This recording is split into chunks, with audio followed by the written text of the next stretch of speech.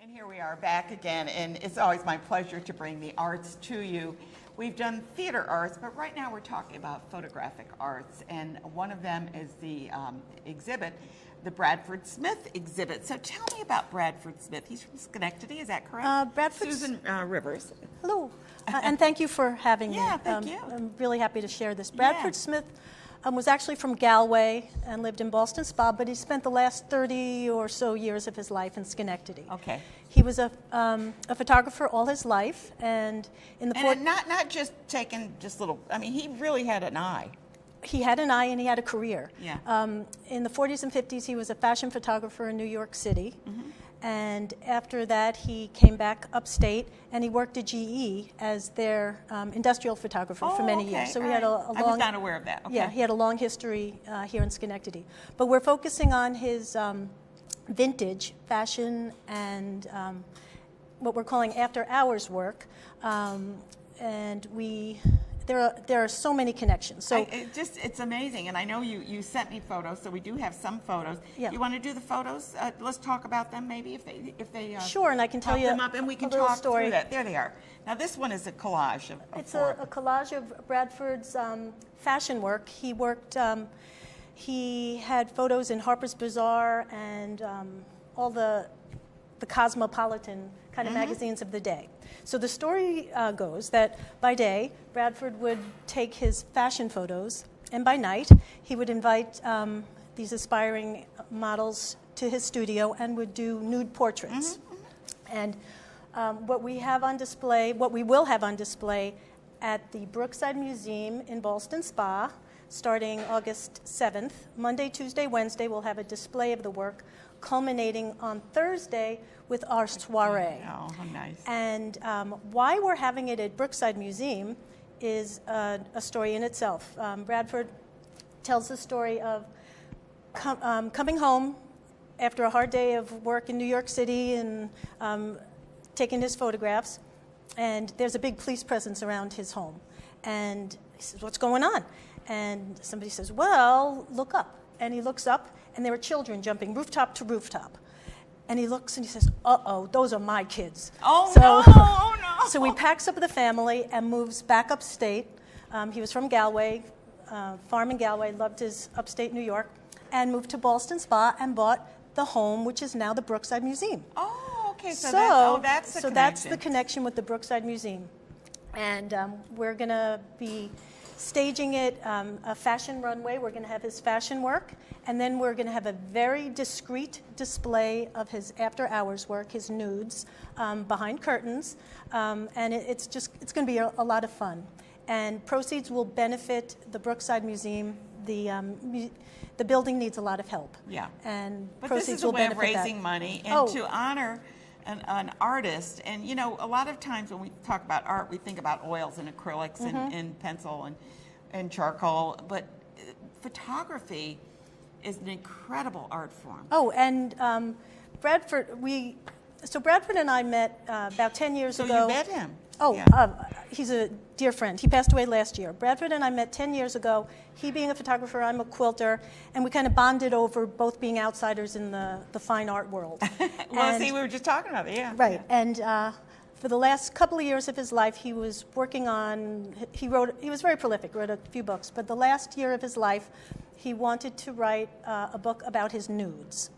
And I was helping him do that, and sadly he passed away before we got it done. But the exhibit, the book, it's all a celebration and an homage to Bradford. It's a fulfillment of a promise, actually, and I've been obsessed. So, I we've think, really, we carry on. Yeah. When we meet when people enter our lives that have such an impact. They may not be your spouse or anything, but they're people that come into your life that you want to celebrate, and you want to continue to celebrate that. Whether you've made a promise or not, promises are always good, but it's so important to carry on their work. And to share it with the world. Exactly. It's an incredible collection of work that he left behind. And it's never been shown before together. Really? Well, he's had several of his pieces have been shown. Well, this is commercial art, so you don't think about an exhibit of commercial art. Well, it's his fashion work and his nude work. Yeah, Never been shown no, together. but I'm just saying that Yeah. when you look at fashion work or their commercial work, Right. things that he gets paid for to Right. do for, whatever, Chanel or Right. wherever, Coco Chanel or whatever. You don't think about an exhibit of that, but there should be, because that is amazing work. It's amazing work, and it's a slice of life that's long gone. Yeah. And what we're having a lot of fun with this, with the book, which has photos and essays. Will that be for sale at the Brookside? Yes, and we're going to have a big book signing. Oh, good. 'Cause this is just out, and we have a lot of fun things made with the images, and we're launching today. And what is that? That's a scarf. It's a isn't it? scarf with one of his favorite image is the photo he called It's the it one the that dreamer. you use for your promo. Right, here. Yeah. right. It's on the cover of the book. And that was Bradford's favorite image. And we're doing a fun Follow the Clues mystery. The soiree is $50 for people to come. 100% of those proceeds goes to Brookside, but we'd like others to come and join in the festivities. So we're launching this promo, Follow the Clues, Follow Me to Brookside. And Oh, how today we're cute. going to launch our first one, and it's going to be for 10 days leading to the 10th. So check out our Facebook page, or our website will lead you to the clues, and it'll if be a they lot follow of fun. The clues. Oh, that's Follow what the a clues. clever idea. Yeah, so we're having a lot of fun with this, and feel Bradford's presence in this. He was a fun guy. Is his family? Does he still have family Yes, here? he has family here. His brother Donald will be there. His daughter Brenda, who lives in California, Donald and Brenda both wrote pieces for the book. Okay. They will be here, as well as other family members. But can I tell one quick story? Yeah. Well, let me just say who's coming on, and then we'll go to the. We'll do. This is a little Great. teaser here. We're hanging that carrot up for you. It's a good story. because there's more coming. But I just need to tell you who's coming on next week. Empower Ethiopia. This is really a very interesting group. They will be here. I Remember You fundraiser, which was an Elvis tribute to raise money. Proctor's Historical Committee will be talking about, Kirk Douglas, the people that lived in our area and made it big. We're going to talk about Reading is Fun, and Ride the Cure, which is dealing with diabetes. Now we're going to hear the story. So the story goes, and you could hear it in Bradford's own words if you go to afterhoursvintage.com. Okay. So Bradford took photos of this young aspiring actress in the nude, and she got a little bit famous, and she married well. And the husband did not want those photos out, so he came to Bradford Studios. Her name was Betty, and Betty's husband came to Bradford Studio and said, "I want those negatives." And Bradford said, "Can't have them." And he said, "I want them." And he said, "I'll pay." So Bradford said, "Okay." So Betty turned out to be Betty/Lauren Bacall, and Betty Bacall. and the person who was shaking Not- down Bradford for not those photos Humphrey. was Humphrey Bogart. So you can hear this story in Bradford's own words and our website.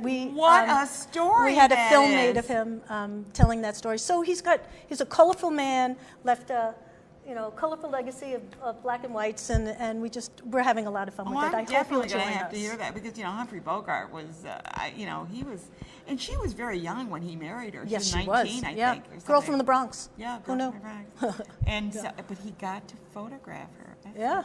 So did he ever give those pictures up? He said he did, but he said there was one left on the enlarger. So There we're was still a mistake. looking. Yeah. We're still looking for that Oh one. yeah, well maybe. Anyway, but it's. I can't wait to see the exhibit. I think it's going to be really fun to see, and the idea that he was colorful, number one. Yeah. But that he was from our area, number Yes. two. I mean, we have to celebrate the people that have done interesting things, and we need to kind of say, yes, we got to remember Yay. them and do it. Yay. And thank you for doing that for him. Yeah. I'm sure the family is just really so happy that Yeah, you're doing it. well, I mean, it's been a labor of love with all of us. You're all working Yeah, together. we're all working Right. together. Well, you've been watching Schenectady Today in and around the Capital Region. We've been talking with Susan Rivers. I don't, not Suzanne. Close enough. Susan Rivers. And so check out that big exhibition coming up in Ballston Spa, right? Brookside Museum in Ballston Spa. Right. Thank you for watching Schenectady Today. Come join us for our 1000th show.